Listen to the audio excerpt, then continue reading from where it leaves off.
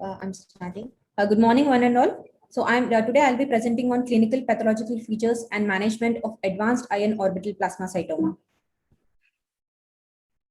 I have no financial interest to disclose.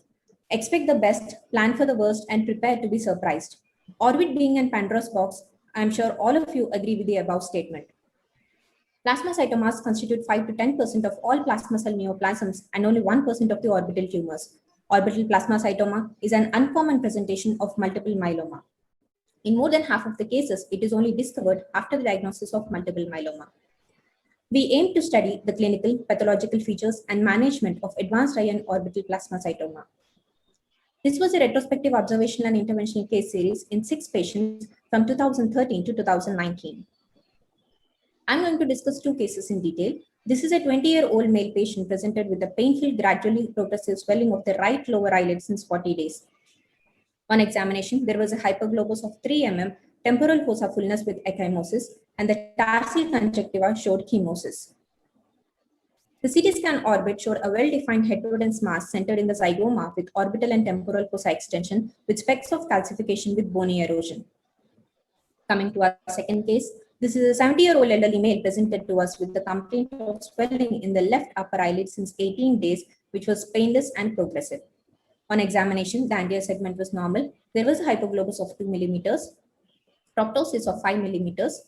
The patient had limitation of extraocular movements in all the gazes and except inferiorly, and diplopia in all the cases. The MRI showed well-defined soft tissue mass in superolateral aspect of the left orbit, which was iso-intense and T1 and T2, causing destruction of the adjoining left frontal bone in the roof of left orbit with intracranial extension in the left frontal lobe. The CT scan confirmed the destruction of the roof and the lateral wall of the orbit, causing compression of the superior surface of the left lobe and abetting the superior rectus. These are our other cases presented similarly with proptosis, ptosis, and the swelling of the lower lid, and the CT scan showing orbital mass with destruction of the orbital bones. So the mean age of presentation was 55.5 years. Male to female ratio was 2:1. Most commonly, there was unilateral presentation, and the mean duration of symptoms was 27 days. A multi-level incisional biopsy was done in all of our patients, and light microscopy showed diffusely distributed plasma cells and plasmablasts. These cells were positive for CD138. Kappa light chains were diffusely seen in cases of multiple myeloma. Once we have the diagnosis, systemic evaluation for multiple myeloma is very important to prognosticate the disease. 3 of our patients had multiple myeloma. Coming to the management options, radical radiotherapy has an excellent local disease control since the tumor is radiosensitive. In this particular study, the relapse rates were relatively low with radiotherapy alone when compared with surgery and chemotherapy. There is limited literature with few case reports on systemic chemotherapy in management of these patients. Autologous stem cell transplantation was reserved for many multiple or recurrent lesions. 4 of our patients received external beam radiotherapy. 1 patient got systemic chemotherapy with bone marrow transplant. 1 patient did not follow the treatment advice and was not investigated further. Coming to the treatment response, 4 of our patients did well, with 1 patient showing complete clinical radiological regression, and 3 patients showing regression with clinically inactive, minimal radiological residual stable disease, and 1 patient succumbed to systemic metastasis. At a mean follow-up of 3.4 years, 5 of our patients are doing well with good visual acuity. The revised International Myeloma Working Group has given certain diagnostic criteria in 2003 for monoclonal gammopathies, multiple myelomas, and related disorders. Plasmacytoma can broadly be classified into systemic disease and localized disease.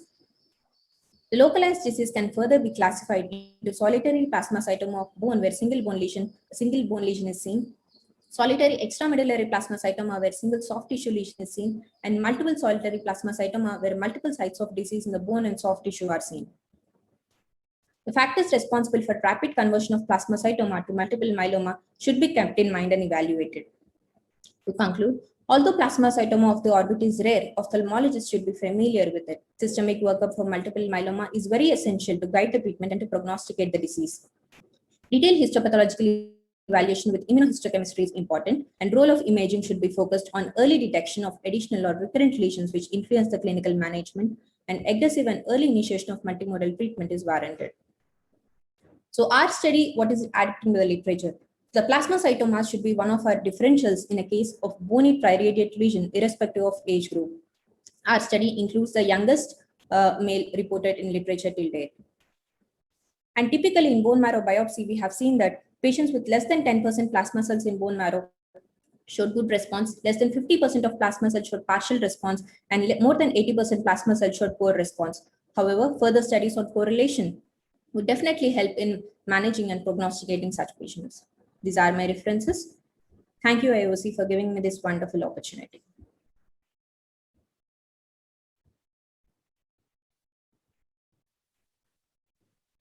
Thank you, doctor. Any questions? Judges, any questions? Yeah, Dr. Hairiga, very good presentation. Thank you, ma'am. Yeah, how many of them had solitary extramedullary lesion? Ma'am, 3 of the patients had solitary extramedullary lesion. Yeah. How did you treat? Is it complete excision followed by radiation, or?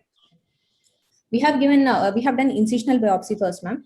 Then once we have the diagnosis, so we have done the systemic workup for multiple myeloma. And after that, we have recommended EBRT to those patients. And we have been following them 3 monthly for 3 years. And we are planning to follow up annually till then. Okay. So in all cases of this type of swellings, you are doing by similar biopsy? Or Yes, sir. there is some non-invasive investigation before by which you are suspecting something and then going for incisional biopsy? No, sir, because once we have seen the triradiate lesion, so this is one important differential. So we went ahead with multi-level incisional biopsy in all our patients. So once we have the diagnosis of plasmacytoma, then we have done bone marrow biopsy and further investigations for multiple myeloma. No, since see, this is not very, very common disease. Yes, So swelling, any type of swelling or any swelling of mass is not necessarily going to come out as a plasmacytoma. So doing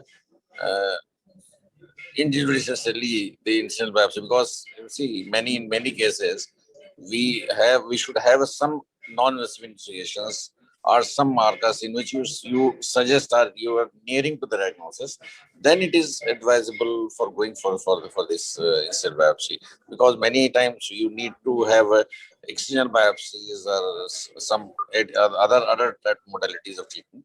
So how do you suspect actually? Yes, sir. So one is we have got differentials, especially in if the younger